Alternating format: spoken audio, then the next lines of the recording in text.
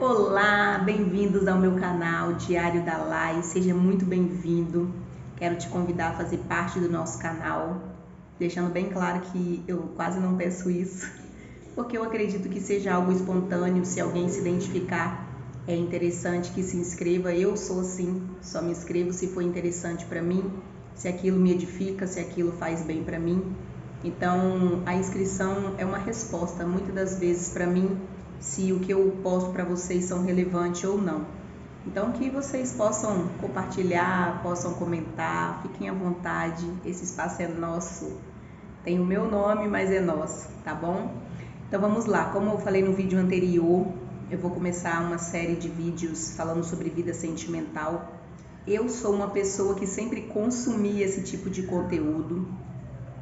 Na verdade, vou começar do início, tá, gente? A minha adolescência foi muito complicada.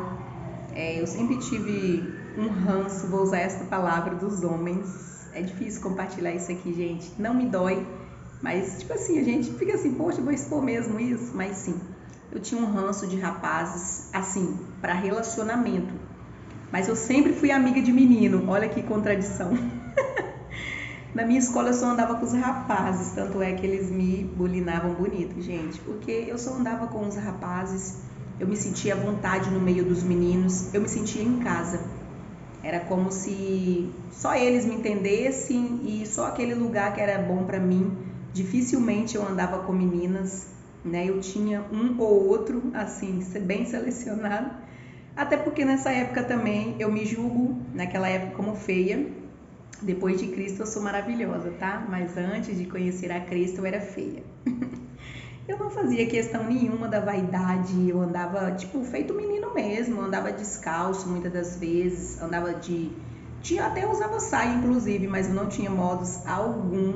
Eu gostava muito da minha liberdade, eu sentava de perna aberta, gente, me perdoa por compartilhar isso, mas é real, não posso mentir pra vocês.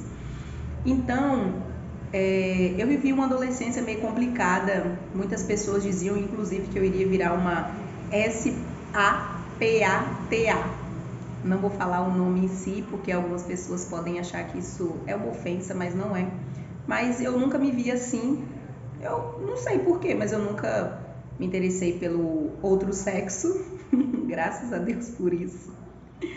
Porque naquela época eu era adolescente, então as pessoas pensam assim, por ser adolescente quer experimentar todas as coisas, mas graças a Deus não tinha interesse de experimentar nada, eu tinha era raiva de quem experimentava ainda. Então assim, só para dar uma introdução, eu não era muito fã dos homens, eu tinha raiva, eu só tinha um único amigo homem, e eu faço questão de mencionar ele aqui, porque ele sempre foi mais do que um amigo, ele foi um irmão para mim. O nome dele é Vander. E eu quero que ele veja esse vídeo, eu vou mandar pra ele ver que eu falei dele aqui. Porque nessa época, ele era meu único amigo verdadeiro, é aquele que sempre estava comigo mesmo. Era tão incrível a nossa amizade que tudo que ele comprava, ele lembrava de mim. Ele chegava na minha casa, Laísa, olha o que eu trouxe pra você. E ele sempre dizia, nós somos irmãos gêmeos, porque nós nascemos no mesmo dia, com diferença pouca de horas, mas no mesmo dia, e ele dizia que nós éramos irmãos gêmeos e de mãe diferente, claro. Eu e ele sempre tivemos essa amizade maravilhosa, extraordinária, e ele era a minha única referência assim de homem, tipo assim, naquela época, né, que realmente era uma pessoa carinhosa, ele é atencioso, uma pessoa maravilhosa, ele sempre me dava atenção e sempre andava comigo. Então assim, de homem ele era a minha referência na fase, né, que eu cresci com ele. Então, após isso, assim, ou durante esse intervalo e for passando o tempo assim, eu também tinha muito nojo dos meninos da escola, porque eles eram muito escrotos, gente. Ainda hoje, muitas escolas tem muito homem escroto. Aprendam, rapazes, não faça isso com as meninas, por favor, em nome de Jesus. Eles ficavam com as meninas, beijavam, sei lá, se agarravam, e depois iam contar pra galera, a turma deles de rapazes.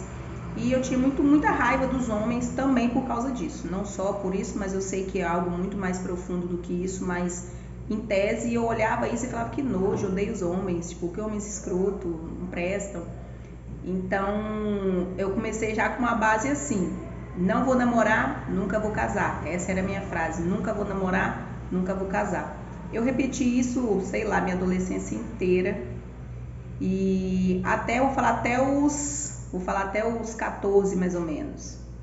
Não, até os 15, porque eu tenho fotos do meu aniversário de 15 anos e eu também não tinha amigos, assim, adultos, a não ser o Vander, como eu disse.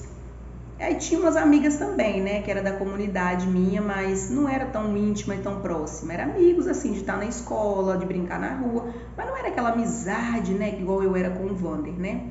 Então, assim, ele sempre foi o top 1 da lista naquela época. Aí também tinha uma outra amiga, mas ela era uma amiga mais esporádica, assim, pelas oportunidades que eu tinha de estar com ela. E o Wander, independente de eu não ir atrás dele, ele sempre estava atrás de mim. Tipo, ele ia na minha casa, ele sempre me achava de algum jeito, me convidava para ir com ele na rua, na papelaria, em qualquer lugar que ele fosse.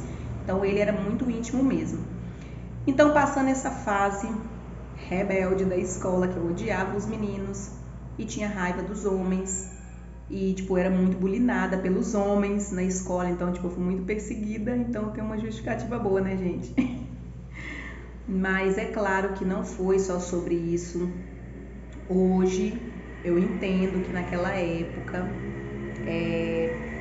por minha mãe ser também uma mãe solteira, não ter casado, não ter tido um homem presente, né, dentro do nosso lar, que estivesse ao nosso lado, que fosse aquilo que Deus fez o homem para ser, um protetor, um provedor, né? E aquele pai presente, né? Nessa época eu não tinha um pai presente e eu achava que não me fazia falta nenhuma também. Eu não fui aquela menina tipo assim, eu não tenho um pai, então eu vou fazer o que eu quero. Tipo, nunca fui assim. Sempre respeitei minha mãe como minha mãe e fazendo a função de pai também.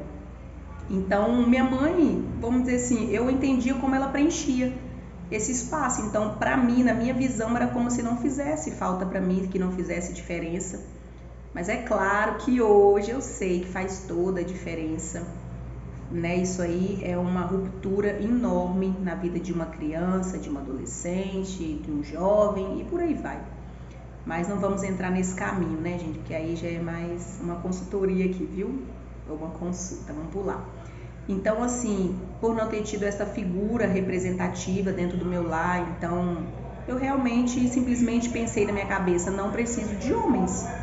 E se eu não preciso de homens, não tem porquê eu querer namorar, casar. Eu posso ser tudo sozinha, eu mesma, e minha mãe também é sozinha, ela mesma, e ela dá conta de tudo. Ela tem 5 filhos e dá conta de tudo. Aí eu disse, bom, então eu também quero isso, porque minha mãe é assim e eu sou igual a minha mãe, então vai dar tudo certo. Então, irmãos, essa é a primeira parte. Se você gostou, curte, comenta e peça a segunda parte, porque eu vou fazer, gente. A história é longa, mas eu conto com vocês, viu? Deus abençoe.